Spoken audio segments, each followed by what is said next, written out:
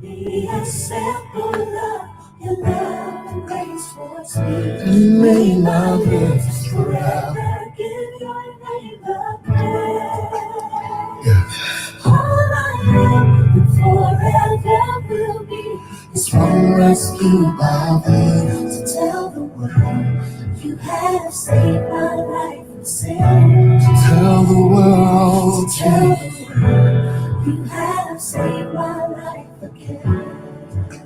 made my life Be a sample of your love and grace, and made my lips forever. Give your name the praise. All I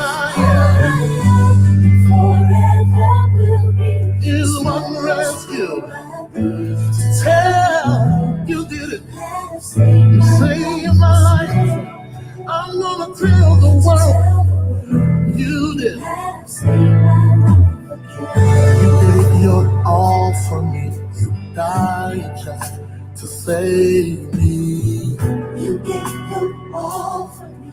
You died just to save me. So I'll tell the nation, show the whole world that you saved me.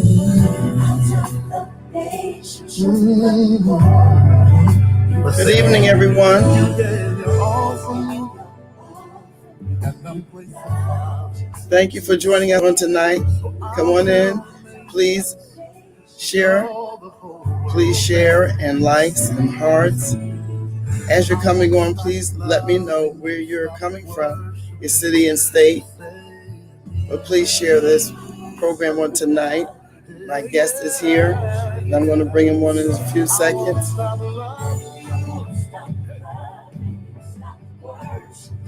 And please subscribe to my YouTube channel, Cindy R. Barber. Please subscribe.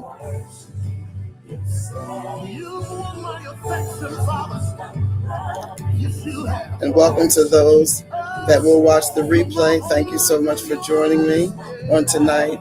And those that are watching on YouTube, thank you. Thank you.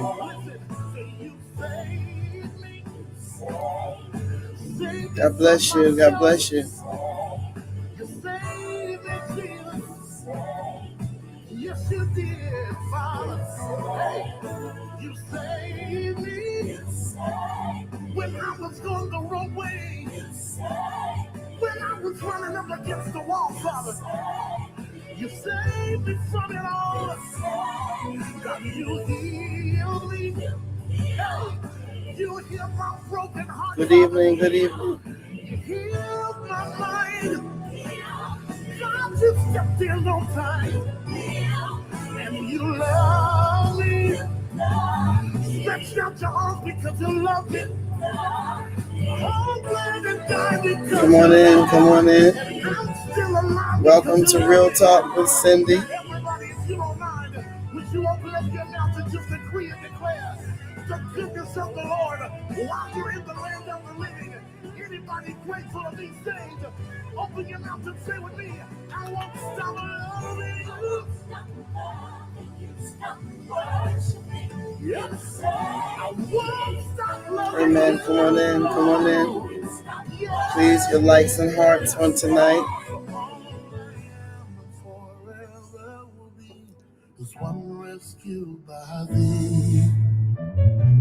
I want to bring my guest on now.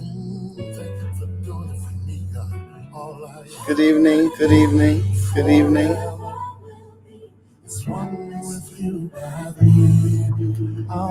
Hey, Shawn. Hey, how you doing? I'm good. How are you doing on tonight? I'm doing wonderfully. No complaints whatsoever. Yes, I'm so excited and glad to have you with me on tonight. I so appreciate it. I know you're busy, and that's why we changed the time on tonight. But I just thank you. Yes, yes. I'm honored to be here with you. Really am. Really am. Thank you so much. I want you to begin to share a little bit about your music journey, how you got started with singing. Okay, sure. So first off, good evening to everybody who's here. I've been doing music ministry full time now let's see, I'll be 40 in January. So I've been doing it actually for 10 years full time. And what I mean full time is, this is all that I do. Music ministry is all that I do. I grew up in the Baptist church, and Salem Missionary Baptist Church was the church that I was born into. And as a young man there, if you grew up Baptist, you understand what I'm about to say. You only had two jobs you could do as a child. You could either be an usher or you could be on the choir. It was the only two jobs you could do. That's right. But you was either going to be an usher or on the choir. And so before I even knew I had any kind of musical ability, I was on the choir. And so that was my start. That was where I began. And God really began to bless me. And when I recognized the call to be a worship leader, I was getting ready to go to college. And they're in high school and getting ready to go to college, and I knew that God was calling me to be a worship leader, he was also calling me from the church that I grew up in to be pastored and stuff, and so I ended up joining another church, and that's where I really kind of began to grow. And really began to understand this calling of a worship leader. And I remember sitting in a conference in Greenville, South Carolina, and probably was about maybe 18 or 19 years old. And I was sitting in a conference, and there was a guy teaching. His name was Israel Houghton. And Israel and New Breed had just came out. As a matter of fact, if you remember, the first national record they released didn't even have their faces on it. It was blue and white. And it was the New Season record. So I had heard a little bit of the music, but I had never really paid him that much attention. And watching him teach, and I'm watching him do his thing, and God said, pay attention to everything that he's doing, the things that what he's doing, how he's operating. I'm calling you to that life. I'm calling you to that. And that kind of began my distant mentorship with Israel, and thus, kind of really put me on my musical journey and my musical path.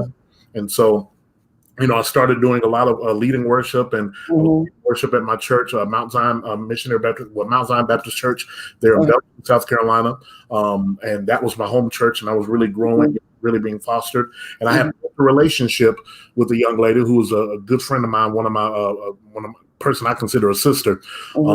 Most of you guys know her as Miranda Curtis. And so she and I had been friends. The funny thing is, we met years before she was leading worship for Pastor Key. We had actually met, and just anytime we would see each other, we would continue to speak and always have this relationship.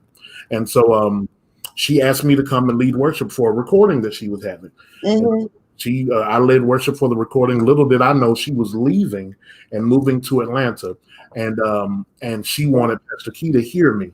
I didn't know any of this, and so as I led worship, once I left, and a couple of days later, Pastor Keith phone call, and that kind of started that connection. And so I got to lead worship and be his worship leader for about 5.5 years.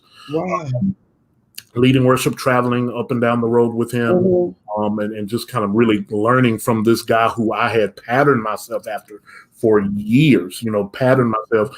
Everybody, wanted to be John P. Key, and so I got to really see him and get to really see how he operated, and get to really see behind the scenes of the ministry and follow him and all of this kind of stuff, and be mentored personally. And then at the end of the 5.5 years, God called me here to Columbia, and now I'm the creative arts director here at Right Direction Church International, where I oversee musically 3 different campuses, and God's really blessed us, and He's just been so favorable, and this is just I found myself just continue to do my assignment. The Lord has called me to do, and I still get to travel and lead and teach worship and lead worship in various places and consult and all of those types of things. So that's it in a nutshell. I don't want to talk too much, but that's pretty much it in a nutshell. Yes. So as far as what could you say to worship leaders as far as preparation? Because you started, just at a church, and then someone heard you. What could you say for preparation that has really prepared you, for this time? And what could you say to other worship leaders that would help them? Definitely. The main thing that I always had in my mind, because people would tell me when I was younger, you need to move to Charlotte, you need to move to Atlanta, you need to move to one of these bigger places where you can be heard.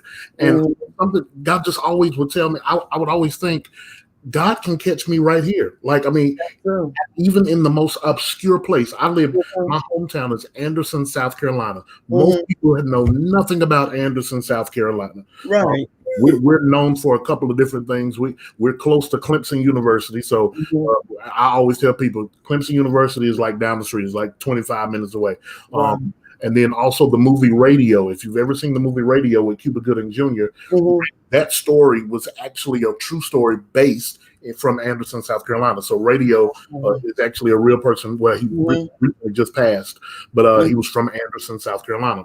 And so, you know, outside of that, just an obscure town in South Carolina, the upstate of South Carolina. And I always believe, God, you can take whatever I have while I'm serving here locally. Right. You can do whatever you want to do with it. And so I'm a living witness, a true testament to the fact that if you serve and are faithful wherever it is that you're planted, wherever it is that you've been put, God can take your name and put it wherever he wants to put it. And so to every worship leader, those of you who may be aspiring to do more than just your local fellowship. Now, let me also say this. I understand the importance of local ministry, or of being, of doing your local ministry. That's right. I never tried to see myself grand or larger than the local ministry. Right. That's where it starts. That's the most important to me. So if I don't get to go on the road anymore, if I don't get to travel, whatever the case may be, I'm good with being at my local ministry here and serving and being faithful to my pastors and to my leaders.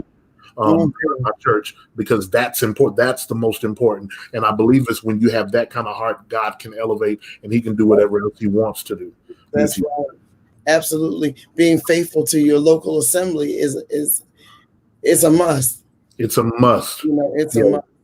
And I find that during this pandemic, during this time, there are some worship leaders that are singing every week, during the pandemic. And then you have choir members that won't be able to sing or not singing. And some of them are even putting them on praise teams, to be a part, just to get them out vocally. What could you suggest to those that are really not singing like they used to sing?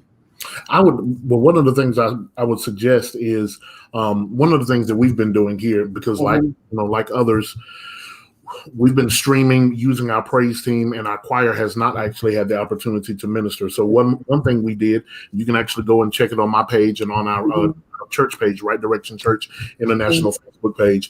We did a virtual choir, and so we did something to kind of keep our choir engaged. We've also we've had ice cream parties. During the summer, we got a ice cream truck, a local ice cream truck to come and meet us on the church grounds. And I told our choir members, hey, come on, get some ice cream. It's on us. Just to keep them engaged, because I understand a lot of our choir members, and just like with any volunteer in the church, a lot of them are only connected to the church because of what they're able to volunteer to do. If you're not able to volunteer to do much right now, then you have to find other ways, creative ways, innovative ways to keep them engaged and keep them connected to the ministry. Right. So that's really important to me. So just because you're not singing right now, you may not be singing right now. It's our job as leaders to make sure that we're still engaging that aspect in that area of our volunteer pool. And that's so true, because a lot of them are not. But you have to, and as ministers of music, they have to be wise and stay in touch with their choir members. I know someone said that they were even letting their choir members, those that were interested in maybe sending cards out to other choir members that's been discouraged, and they have somebody that volunteered and said, well, I would like to do that, so it's other ways to find, and because we don't know how long this is going to be. So there are other ways. And then there's someone else that said that they use some of their choir members, they divide them up to be a part of the worship team. So they may have a group of 8 that may sing this week, and then the other 8 sing the following week. So they've kind of making some decisions, that way on what to do. It's important. And I one of the things I do not want any church to have to deal with is the fallout of members and volunteers not being checked on, not being, talked to, and being engaged during this time. And then when things are all said and done with, you've lost people, or people have fallen by the wayside, or whatever the case may be. So yeah, I agree. I mean, we've been having phone calls. We've used Zoom to play games. I mean, we do game nights. We've actually recorded nights of worship. Our praising has, and so what I'll do is I'll open that up and allow the choir to come. They can sit distance and all of that, but still they'll be in the presence. Our services on Sunday mornings, we have a studio audience, and so what we've been doing, what my pastors have been doing, is allowing various ministries to come in. One week you may have the children's workers. They may come and be a part of the studio audience. Okay. The choir may come one week. The dance ministry may come one week, just to continue to keep them and allow them to operate. And then I've got some other ideas. We've been doing some outside drive-up services. And so I'm thinking, how can we get the choir engaged in that? Maybe we can get some extra mics or something and spread it out and put the choir up and let the choir minister. So I've got some other ideas, but they're just trying to find various ways to do. Yeah, especially like up north when the weather is warm. Now is the time. I know I've been working with the church, and they've been having like the outdoor services, which has been really, really nice. It was refreshing being outside. We have our instruments out there, but it's been really, really nice. And people have come and gathered. A lot of churches are doing that as well. Let's go back to you with John P. Key. What was that experience like for you? Working with him. Oh my goodness. I need you to understand, I grew up on his music. And so I remember the very first time that I heard He'll Welcome Me. I remember the first time I heard Show Up. And Strength, and I remember buying the videos and watching the performances and watching the presentations and seeing the people and seeing their faces and all of this kind of stuff. And so to actually be there and to meet Michi and to develop a relationship with Lowell and to know Isaac and then to even to sit under Pastor Key was, just a dream come true, really. And I tell anybody who wants to do gospel music, anybody who wants to be an artist, a recording artist in gospel, you need to spend at least 2 weeks being taught by Pastor John P. Key and traveling with Pastor John P. Key. He travels old school. We were on a bus, and we traveled from city to city. I saw how he dealt with promoters who didn't have his money. I saw how he dealt with churches, that may not have necessarily had all the funds, but they did what they could do and all of that kind of stuff. And I saw him night after night, not shortchanging people, tired or not, but not shortchanging people, but 2.5, 3 hours, nothing but concert. And and he would go and he would do it consistently night after night after night, then stay after and sign autographs and meet people and all of this kind of stuff. And so to live again, it was a real course in how to have consistency. And now he's been doing it 40 years. And now you understand why he has the longevity that he has. You understand why he's still able to. He's one of the only artists that I know personally that can really put together his own tour. Pastor Key can put together his own tour. He does not need to have a promoter backing it or anything like that. That's all well and good, and that's just gravy on it. But he can put together his own tour, and I've seen him put together his own tour, and I've participated in him putting together his own tour. I remember one tour. We didn't have all the dates lined up. We didn't have all of the dates booked. Literally, we would go from one city, and we were going all the way out to California and coming back.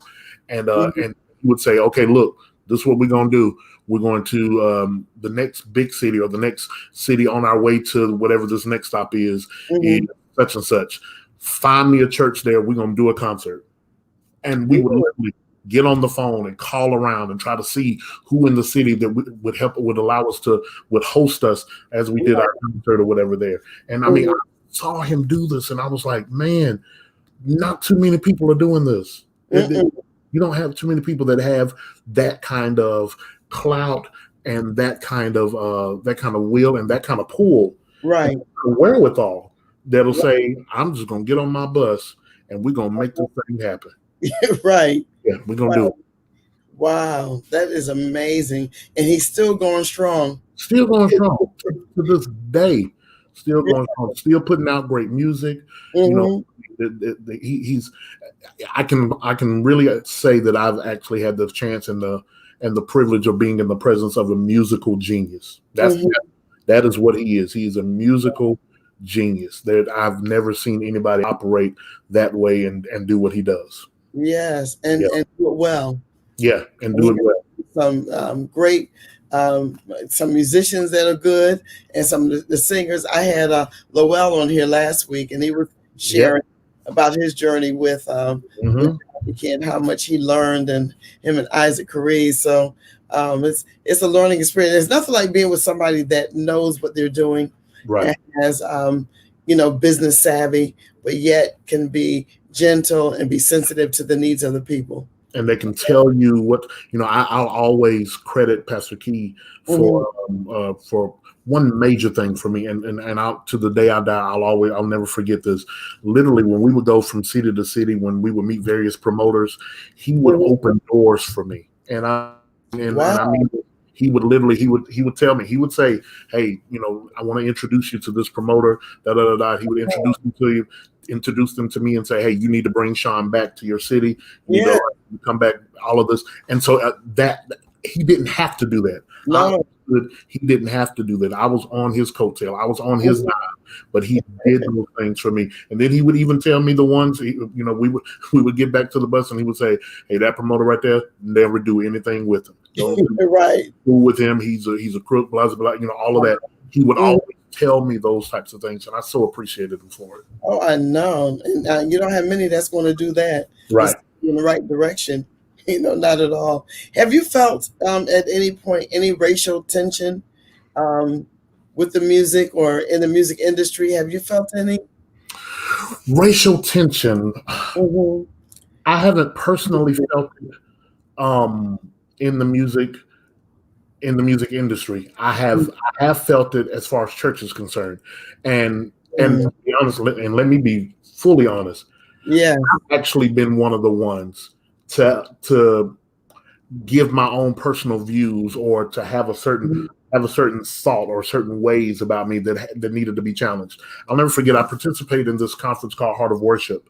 And it's put on by several people who are part of the United Pentecostal Church, the United Pentecostals or whatever. And so it's from several different places all across the country. My very first time, I'm sitting here thinking, now this is just me thinking this. I was going to be going to Richmond, Virginia. That was the first time that I was going to go. And I'm thinking, well, I need to probably learn all of this Christian contemporary music because I'm going to be with all these white people and, and so, let me make sure I know their music and know their style of music so that I can, be able to do what I need to do and be effective. So I get to the church, I walk in and I hear an organ. And I'm like, okay, that's interesting that they have an organ, they have an organ. And there's a white gentleman on the organ and he's playing, I'll never forget, he's playing some James Hall music. And I said, so I'm looking and I looked and I said, how would he know James Hall? And then, one of the medleys that they began to put together was an Andre Crouch medley. Andre Crouch had just passed, and they were putting together an Andre Crouch medley.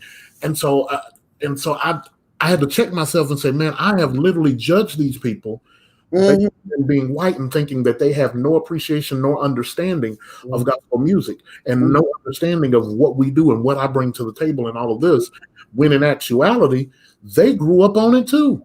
Yeah. They knew Andre Crouch. They knew the Hawkins. They knew Whitfield music and all of this. And so, their palette was very broad. And so I said, man, I've closed myself off thinking that, Black people are the only people that just enjoy gospel music. Right. In reality, gospel music is much bigger than just Black people. Yeah. So that was my experience. It was it was perpetuated by me. I was the one with the wrong intentions and the wrong thought concerning. So much better. Right. Exactly. So what's next for Shawn?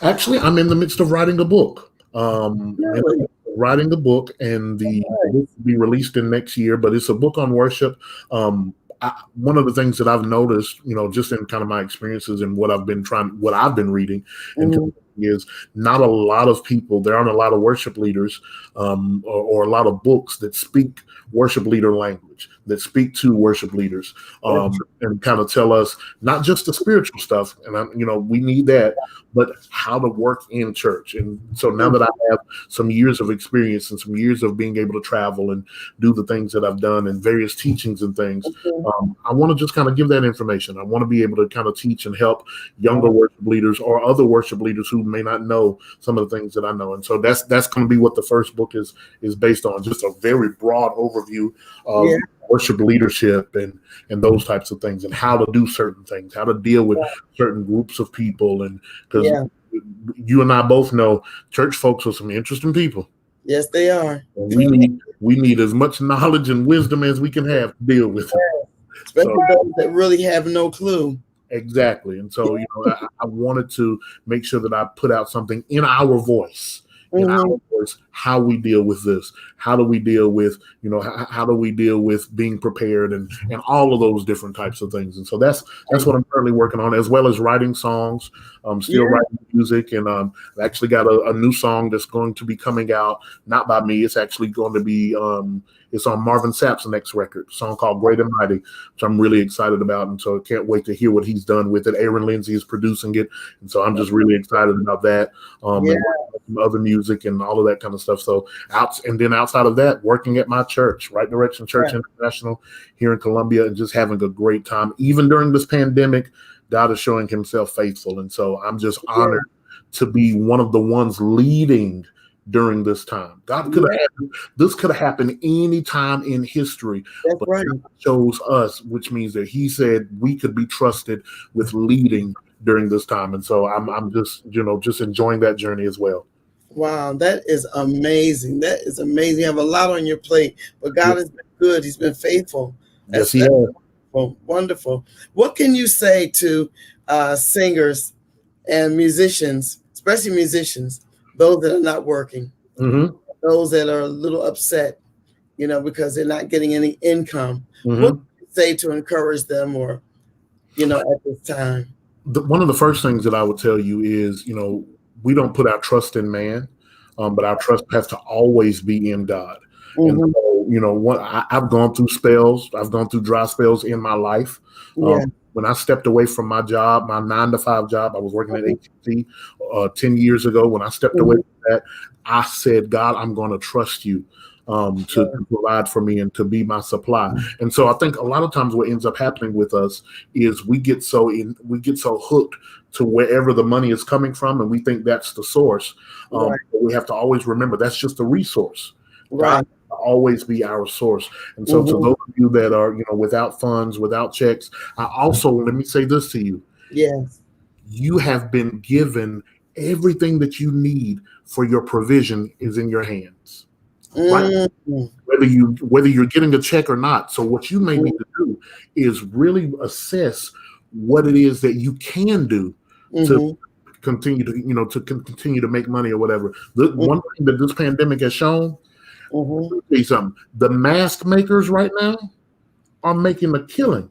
Yes, they are. So what's happened? Because a year ago nobody cared about a mask. Now everybody's got to wear them. So all that's happened is someone said, "Let me be innovative enough. Let me see where the need is, and let me be the supply."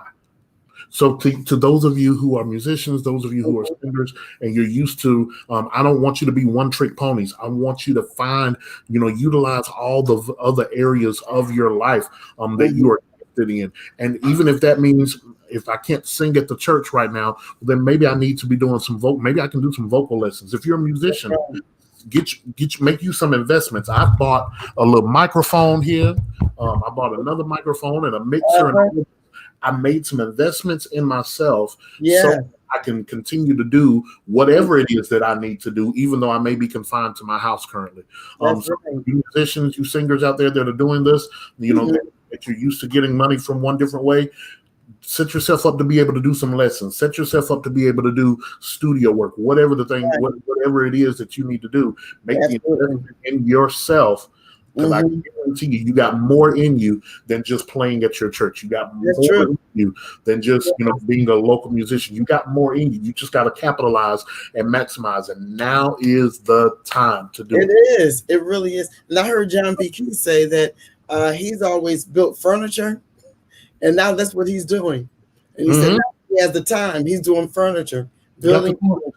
That's why I'm writing the book. I had always wanted to write a book. But in my mind, I didn't have the time to do it. So when God shut everything down and my calendar got wiped out to the end of the year, I've been able to work on my book. I've been able to, do the things that were on the. Here we go. Here's the scripture for it. The Bible talks about in Exodus. I want to say Exodus chapter 3 talks about Moses passing by a burning bush, and a burning bush in the desert wasn't nothing new. The Bible says that the bush was burning and wouldn't be consumed. And so Moses said, let me turn now and see why the bush is on fire, but it won't burn all the way up. And so one of the things that my pastor from home taught us years and years and years ago, he said, find those areas in your life that are on fire, but they don't burn up. That stuff that keeps coming up and keeps coming up. And so I went back. The book was one of those things for me. It was something that I was passionate about, and that fire wouldn't go out even though I wasn't touching it. So everybody needs to find that area that's on fire, that's burning, but it just don't seem to ever go out. Now you got the time to go do it. Pull it off the back burner. Look at it. See what it is. Write that vision out. Whatever the case may be, make that thing happen. That's right. And Mike Barnes want to know, what are you doing to maintain your voice? Sleep.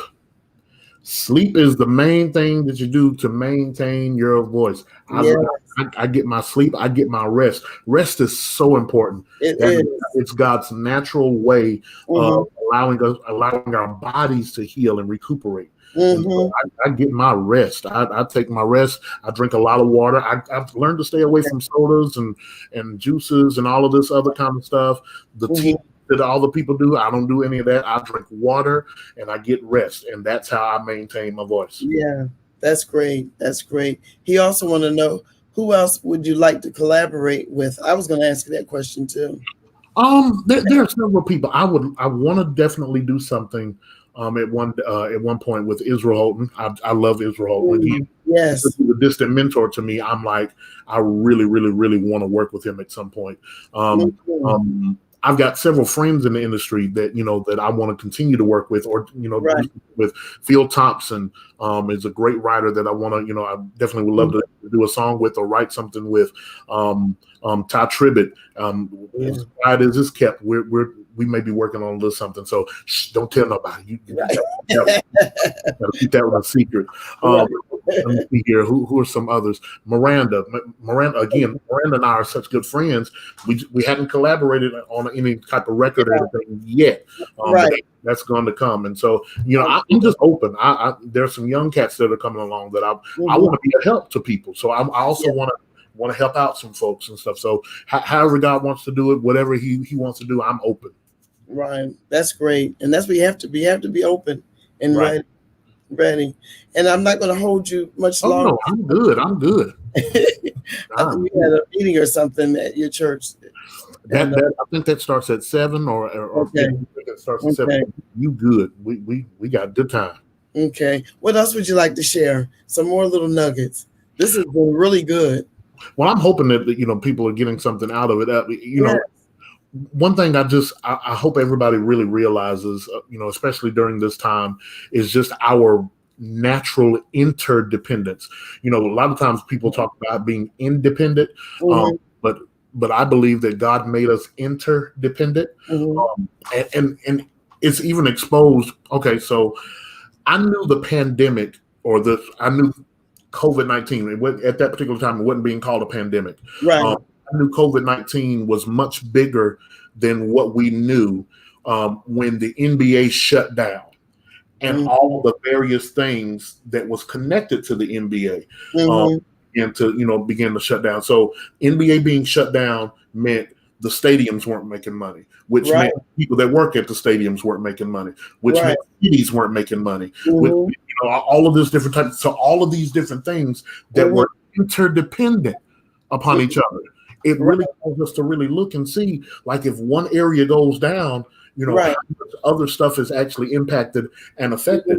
And so, we have this interdependence upon one another. And I hope that we always remember that I need the people at my ministry. I need the church. I need, the other people that I work with. I need all of these. We need one another. And so, which also means that I need to have a level of compassion and empathy for those who aren't able to do. So I can't just look at the musician who's currently not working and just say, well, you should have got you a 9-to-5 job, or you should have got you I can't look at you and have that thought about it. I can't look at you and say, well, you don't need this, and can't look at the singer and say, well, you don't need this, and the artist who's not working, who sacrificed their their time and their energy to be on the road, and now they can't go anywhere. Right. And, how are they making money?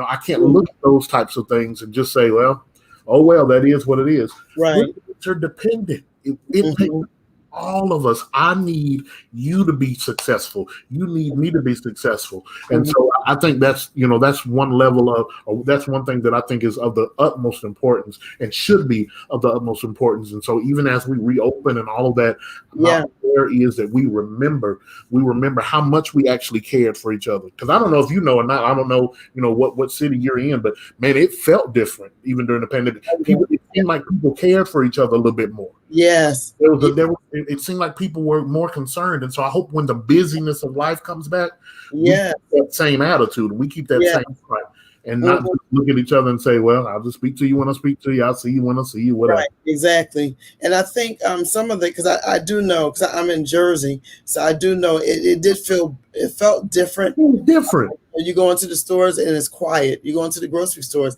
it's extremely quiet. People are going in, getting what they have to get, and coming out. And I think what I find that when things started kind of picking up is when with the Black Lives Matter, and when they had so much racial tension and looting. So, what is your take on that?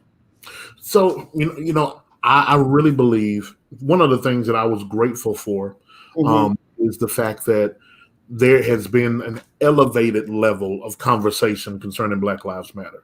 Right. There's been an elevated level of conversation, not just coming from us, from the Black Lives. Right. I have several friends who are white and who attend white churches, and they lead in white ministries and those types of things. And so one of my friends, he called me and he said, Shawn, I read something that you posted, and it hit my heart. He said, it really hit my heart, and I finally heard the message. Wow. And he said, what do I need to do? He said, I don't know. I don't have a big platform. I don't know what I need to do. I don't know what I need to say. I don't even know how to go about doing it. And I told him, I said, man, the biggest thing that we need from our white friends, from our white counterparts, is for you to hear what we're saying and for you to not be silent about it. Right. We need you to take the message that we got. Right. Now that you've heard it, we need you to go and stand up for us, because we can shout about it and scream about it and talk about it all day long, but we're already the disenfranchised. We're already the oppressed. So we've already been ignored. What we need is the stronger ones, the majority, to take what we're saying, take it seriously, take it to heart, and stand with us and speak out for us in their circles. Right. Among the people who are not going to listen to us, who aren't paying us any attention. Right. And so I've been appreciative, because I feel like this time around there has been more of that. There have been more people who have said, wait a minute, this really isn't right. And y'all, they need some help. This doesn't look right. This doesn't feel right. All of that stuff. Right. So, and again, with us being in this pandemic, I believe it's all been strategic. I really do just believe it's all been strategic. You had no other choice, even with the media, and people have been, talking bad about the media and all of that kind of stuff. But we were in a media cycle with this pandemic where all you were seeing was about COVID, and then all of a sudden the George Floyd thing happened. Yes. So there's no new TV shows. There's no new, basketball games on. No sports. Nothing. All we had was this. to That's look right. at and to focus on. And That's so I believe that it was lightning in the bottle. I believe it was lightning in the bottle. And my prayer is that, that we'll continue. Now, the thing I don't want is for us to run out of gas. I don't want it to run out of gas. I want it to stay at the forefront, which means that, because nothing's not going to change overnight. You've got to change a whole culture. That's right. Cultures that have to be changed. There have to be things that have to be looked at and changed, and all. Right. So, I'm hoping, and we've got to make our voices known with our votes. We do. The right people into the offices who are going to listen to us and who are going to help us. And so, my prayer is that, we've paid attention and that we've heard the call, and that something has been said that's going to cause people to say, you know what, I'm not going to let go of this. I'm going to do all that I can do to help to further this cause. Right. And then on that vein too, about I've heard discussion, because I've had different ones on here. We discussed about gospel music, about Black gospel music, and we're finding that sometimes even in our Black churches, they tend to sing more of the CCM music for worship, and some people say that they change them over so it'll sound more like Black people wrote them. So what do you feel about that, as far as us singing a lot of the CCM music as opposed to gospel, our gospel music from our gospel writers that have written these songs in our church? So again, I go back to my my experience there at Richmond, Virginia, part of worship, my first experience with them. I believe that we can appreciate them both. One of the things that I have an issue with as far as our Black culture is concerned, and we do this with it's not just about the music, right? We do it with a lot of stuff. We think whatever is new has God on it, and we let go of whatever was old, right? And so not only do we do that with CCM versus gospel, which is crazy within itself, but we do it with traditional versus new, or traditional versus contemporary. We divide it all up, and try to make this like something is no longer effective. I'm one of those worship leaders. I have no problem with singing "Our God is greater, our God is stronger, Lord, you are Chris Tomlin, CCM music," and then I go from that into "I need thee, oh I need thee." I have no issue with pulling a hymn out, because I know that I'm serving multiple cultures and multiple generations. That's right. And so at the end of the day, it's my job to have an appreciation for all of it.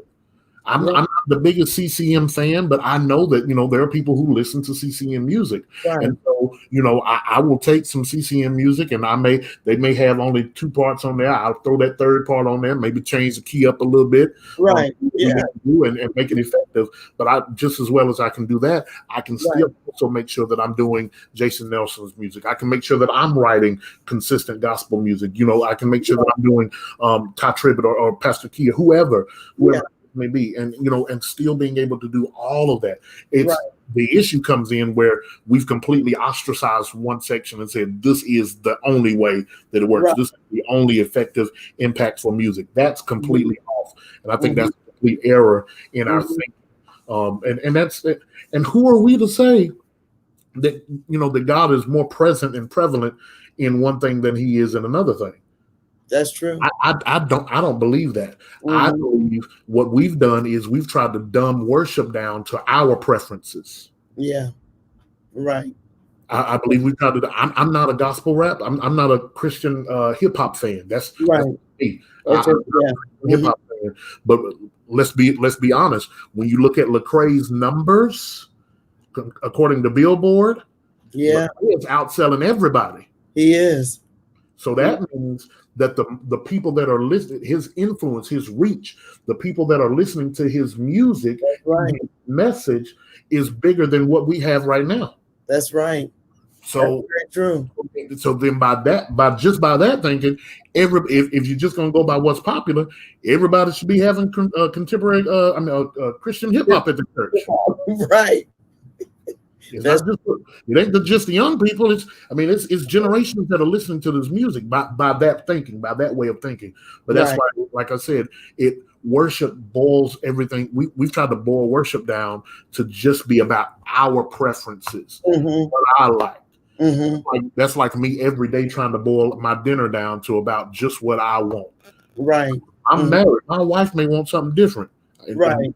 And so I can't just say, no, I want steak today. We have steak every day because I love steak. That's what we're going to have. We're going to eat steak all the time. But no, that's not about to happen in this house. It can't happen.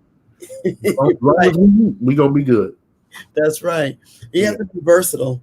Have to be versatile. And we have to understand that we can do more than one thing. We can like more than one thing and do more than one thing at a time. That's right. You got grandmama in your church. Some of us have great grandmama in our church. Yeah. We've got the kids. And we've got the babies. Right. All as a worship leader, it takes all of I need to be versed in all of that to be able to get ministry to all of generations and to serve all of those generations. The Bible says one generation shall praise thy works to another. How does that happen? That means that there had to be a respect for the generations.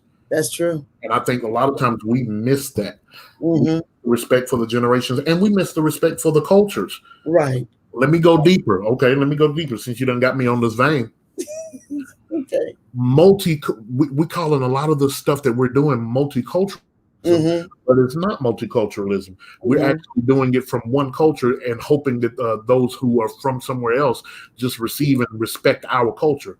But if you want to actually have a multi-ethnic, multicultural experience, then try learning a Spanish song. Don't try to just learn a song in Spanish, a gospel song in Spanish. Actually research what some of their artists, research some of their music and sing it like that. That's multiculturalism. That shows I respect your culture so much that I'm willing to go and learn about it and I could reproduce it for you. That's real service. That's true. Service. So I remember a couple of years ago we did an international day at our ministry, and so we went and actually learned a song from Africa. We have several different African countries that are represented, nationalities represented in our church, and so we actually went and learned an African song. And presented that during our worship because we wanted to say, hey, we understand that you being here and listening to what we do, is, that doesn't mean that we're presenting multicultural worship. You just here, that's multi-ethnic. That just means we're multi-ethnic. But we hadn't serviced our multiple cultures that are represented. And you have to be willing to change, because I know I played for a crusade over in Jamaica for a few years. And one of the years when I was there, it was quite interesting working with the youth. And the first thing they wanted to learn was a Kirk Franklin song. To them, it was like the ultimate, because they listened to it and heard it. But to actually learn it from the States, they were so excited, and they were able to learn it. And we taught it to them, and then they sang it in their service. But how exciting, because basically their older people sang a lot of hymns. But they had it was a youth Sunday, and they wanted to do something. So they taught a couple of songs by Kirk Franklin, but that was a desire and a dream for them to be able to sing that. So you have to be versatile. Have to be. It's so important. It's so important. Paul teaches that the Bible says that Paul became like them so that he might win some. He says that. And so in order for him to become like them, that means he had to immerse himself in their culture. He had to immerse himself in what they do and how they do it and learn, which means that, guess what? We got to be students. I'm so tired of us thinking that we've got it all figured out and there's nothing else that we can learn or be taught. Right. We have to, I don't know if you've seen the did you see the Quincy Jones documentary on Netflix? No, I didn't see it. One of the most amazing things that I had ever seen. And just one lesson that I learned. Quincy Jones, he's got to be in his early 90s, late 80s now. Right. Quincy Jones never left the stage of being a student. Like throughout all of his career, he always was willing to learn. And so I even remember that. So there was one section where this was when hip hop music was really starting to become, the big thing. And I think Snoop. So he had a meeting. Now, Quincy at this time is 60-something years old. Mm-hmm. Has a meeting with Snoop Dogg. He has a meeting with Dr. Dre, and he brings in all of the hip hop heavy hitters, and he tells them, now this is Quincy Jones. He's won Grammys. He's won all. He's at the top of. He is the producer's producer. He brings all these hip hop artists in and says, I don't understand this style of music that you all are doing. I need you guys to teach me. I need y'all to teach me what is hip hop. I need you to teach me what it's about. And so in his mind, once he actually learned it, he said, oh, it's very comparable to jazz. And so he began to understand hip hop. But I was so impressed because I was like, you would think at his age, you would think with all he's accomplished, he would say, well, okay, y'all can have that. I'm just going to keep doing what I do in my lane. But he said, no, I want to know that too. This is where music is right now. I'm a musician. I need to know that. And so I think, for those of us who work in the church, who do ministry in the church, whatever the case may be, it's our responsibility to make the investment of education and to constantly be learning whatever the new thing is, whatever the new way of presenting is. One thing this pandemic has shown us is, if you weren't on Facebook Live, if you weren't on IG Live, if you weren't streaming, all of that, you had to make a real quick step. That's right. You had to go ahead and learn. You had to, you had to learn about StreamYard. And I never had heard of StreamYard before the pandemic. And now, just about everybody's got a StreamYard account or Zoom and all that. As a matter of fact, I need to buy stock in Zoom. We on Zoom so much. I'm telling you. But what did it do? It's back to what I said to the musicians. It forced us to be innovative again. It's not being autopilot, but to actually say, no, I got to figure out, how am I going to do what I'm supposed to be doing? Right. Because just because a pandemic hit don't mean that the call of God on your life stopped. That's right. Yeah. It continues to go. So he gives you innovative thoughts. He gives us creative thoughts. He allows us to be able to operate and still be able to do what we do what we've been called to do. That the calling is still on you. The assignment is still on you. And so you have to stay a student. You got you may have to get on your computer and do some research and find out what you need to get and find out what tools you need, but it's out there. You got to stay a student. Right. Ever learning. Ever learning. You have to. You really have to. Yes, absolutely. Well, Shawn, you have a song that you can sing for us tonight? I can give you one verse of a hymn before I go. How about that? That sounds good. All right. Let me see here. Time is filled with swift transition. Not of earth unmoved can stand. Build your hopes on things eternal and hold to God's unchanging hand. You ought to trust in him who will not leave you. Whatsoever years may bring. And if by earthly friends forsaken, still more closely to him cling. You ought to hold to his hand, God's unchanging hand. Whoa, hold to his hand, to God's unchanging hand.